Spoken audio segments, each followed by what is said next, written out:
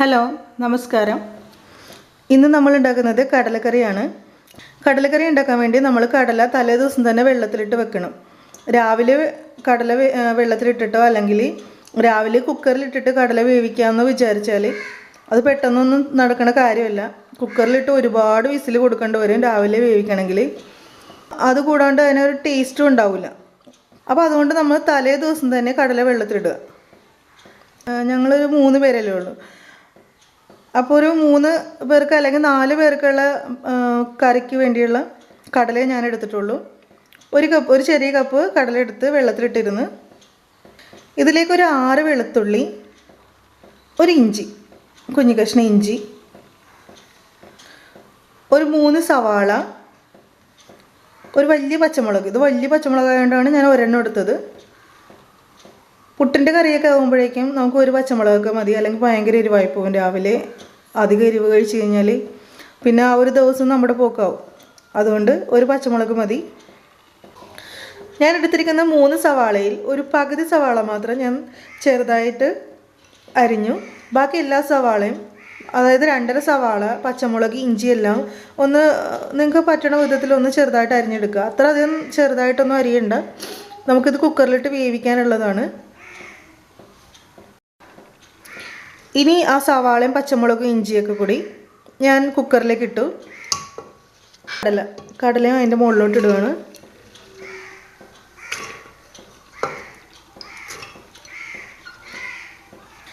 കടലയ്ക്ക് ആവശ്യമായിട്ടുള്ള ഉപ്പും കൂടി ഇട്ട് കൊടുക്കാം. ഇനി നമുക്ക് ആവശ്യത്തിന് വെള്ളം ഒഴിക്കാം.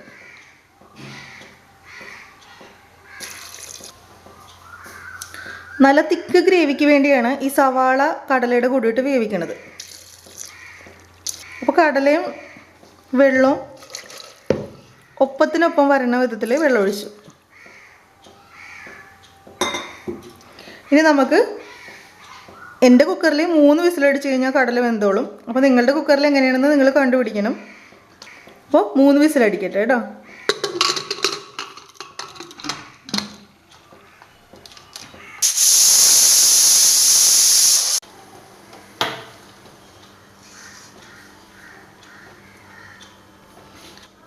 എൻ്റെ കുക്കറിൽ 3 സ്റ്റീം മതിയെന്ന് ഞാൻ പറഞ്ഞില്ലേ. കണ്ടോ, 3 സ്റ്റീം ആയപ്പോൾ തന്നെ കടല വെന്തിട്ടുണ്ട്. ഒരെണ്ണടുത്ത് കാണിച്ചു തരാം. കണ്ടോ, ഞാനിതിലേക്ക് എടുത്തിരിക്കുന്നത് ഒരു 1/2 ടീസ്പൂൺ വീതം, അതായത് 1/2 ടീസ്പൂൺ വലിയ ജീരകം, ഒരു ചെറിയ കഷ്ണം പട്ട, തക്കോലം, എല്ലാം ഒരു കറിയാമ്പൂ. ഇതെല്ലാത്തിൻ്റെയും ഓരോരോ കുഞ്ഞി കഷ്ണം മാത്രമേ എടുത്തിട്ടുള്ളൂ, ഒരു മസാലയുടെ മണത്തിന് വേണ്ടി മാത്രം. പിന്നെ ഒരു കുഞ്ഞി കഷ്ണം ഏലക്ക, അതായത് ഒരു ഏലക്ക എടുക്കരുത്. ഏലക്കക്ക് ഭയങ്കര ആ ഒരു ടേസ്റ്റാണ്, കുത്തലുണ്ടാവും നമ്മൾ ഒരെണ്ണം അങ്ങനെ ഇട്ടാൽ. അപ്പോൾ ഞാൻ കണ്ടോ, അതിൽ നിന്നൊരു 2 അരി മാത്രമായിട്ടാണ് എടുത്തേക്കുന്നത്. പിന്നെ 1/2 ടീസ്പൂൺ മുളക് പൊടി, 1/2 ടീസ്പൂൺ മല്ലിപ്പൊടി, ഒരു 1/4 ടീസ്പൂൺ മഞ്ഞൾപ്പൊടി. പിന്നെ ഇത് ചിക്കൻ മസാലയാണ്, അത് 1/2 ടീസ്പൂൺ എടുത്തിട്ടുള്ളൂ. നിങ്ങൾക്ക് എരിവ് കൂടുതൽ വേണം, മസാല കൂടുതൽ വേണമെന്നുണ്ടെങ്കിൽ നിങ്ങൾക്ക് കൂടുതൽ എടുക്കാം. ഞങ്ങൾക്ക് പുട്ടിന് കുറച്ച് മസാല മതി, അതുകൊണ്ട് ഞാൻ കുറേശ്ശേ എടുത്തിട്ടുള്ളൂ. ഇനി ചട്ടി വെച്ചേക്കാം. വെളിച്ചെണ്ണ ചൂടായി. ഇനി കടുകിടാം.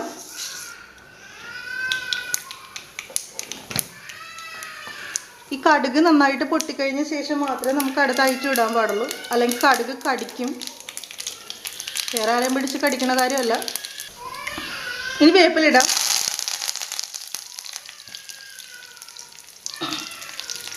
വേപ്പിലയുടെ പുറകെ തന്നെ ആ മസാല, അതായത് ഇത് വലിയ ജീരകവും പട്ടയും കറിയാമ്പോ എല്ലാം കൂടി ഉള്ളത് ഇട്ട് കൊടുത്തു. ഇനി സവാള ഇട്ട് കൊടുക്കാം.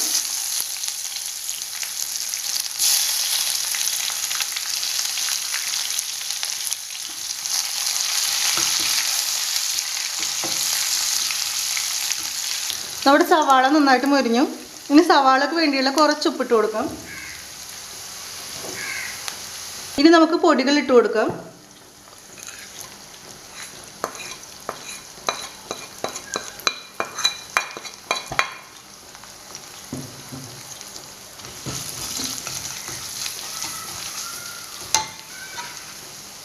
ഇനി കടല ഇടാം.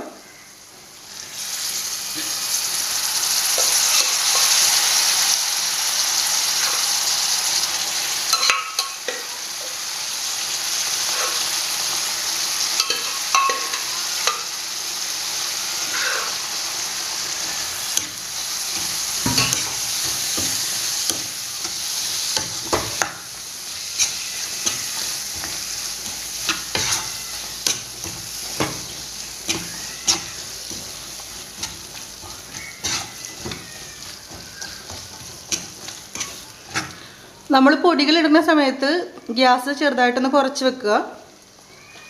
കടല ഇട്ട് കഴിയുമ്പോൾ നമുക്ക് കൂട്ടി വെക്കാം.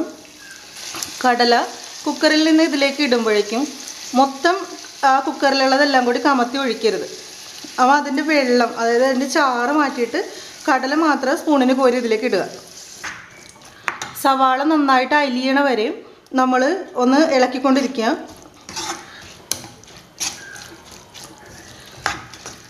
സവാള കുക്കറിലിട്ട് വേവിച്ചേക്കണേണല്ലോ, പക്ഷെ അത് ഈ ചാറിലൊന്ന് നന്നായിട്ട് ലയിക്കണം.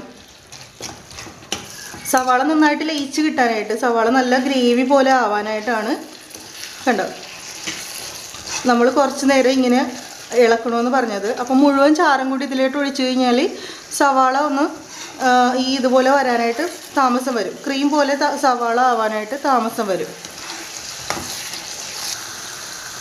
നിങ്ങൾക്ക് ഇഷ്ടമുണ്ടെങ്കിൽ ഇത്തിരി കുരുമുളക് പൊടി ഇട്ട് കഴിഞ്ഞാൽ നല്ല ടേസ്റ്റ് ആയിരിക്കും. അതുകൊണ്ടാണ്ട് ഈ ഗ്രേവി തന്നെ ഒന്ന് തിക്കായിട്ട്, അതായത് നന്നായിട്ട് വരട്ടിയെടുക്കണമെങ്കിൽ നമുക്ക് ചോറിന് കറിയായിട്ട് കൊണ്ടുപോകാൻ പറ്റും. ഇപ്പോൾ രാവിലെ അമ്മമാർ കടലക്കറി ഉണ്ടാക്കുമ്പോൾ ചോറിനും കൂടി വെക്കാനുള്ളതാണെങ്കിൽ ഇങ്ങനെ ചെയ്തിട്ട് ഈ സമയം നന്നായിട്ടൊന്ന് വരട്ടി കടലക്കറി കുറച്ച് പാത്രത്തിലേക്ക് മാറ്റി വെക്കുക. എന്നിട്ട് ബാക്കിയുള്ളതിലേക്ക് വെള്ളം ചേർക്കുക. ഈ ബാക്കിയുള്ള ആ കടല വേവിച്ച വെള്ളം ഇത് നമുക്ക് ഇതിൽ കൂടി ചേർത്ത് കൊടുക്കാം.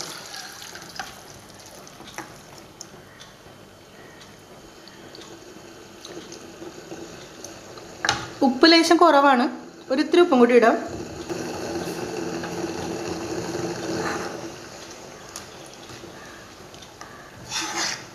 അപ്പോൾ ഏകദേശം കറി റെഡിയായി കഴിഞ്ഞു. നമുക്കിനി കുറച്ച് ചിക്കൻ മസാല, ഒരു നുള്ളു ചിക്കൻ മസാല ഒരു മണത്തിന് വേണ്ടി ഇതിൻ്റെ മുകളിലേക്ക് ഇട്ട് കൊടുക്കാം.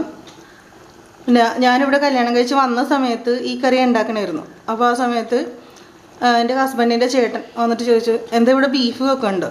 ഞാൻ പറയില്ല. ചിക്കൻ വെക്കണുണ്ടോ? ഇല്ല. പക്ഷേ ഇവിടെ മുഴുവൻ നല്ല ചിക്കൻ കറിയുടെ മണമെന്ന് പറഞ്ഞു.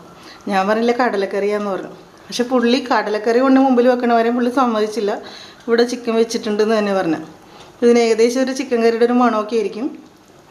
ബീഫ് മസാല ഉണ്ടെങ്കിൽ ബീഫ് മസാല ഇടാം, പക്ഷെ കുറച്ചും കൂടി ടേസ്റ്റ് ചിക്കൻ മസാലയാണ്. അപ്പോൾ അവസാനമായിട്ട് ഒരിത്തിരി സ്മെല്ലിന് വേണ്ടി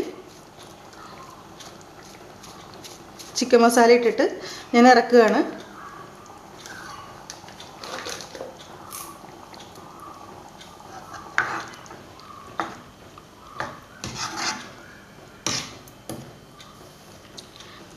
അപ്പോൾ എല്ലാവർക്കും ഇഷ്ടപ്പെട്ടു എന്ന് വിചാരിക്കുന്നു. ട്രൈ ചെയ്ത് നോക്കിയിട്ട് അഭിപ്രായങ്ങൾ പറയണം. Thank you.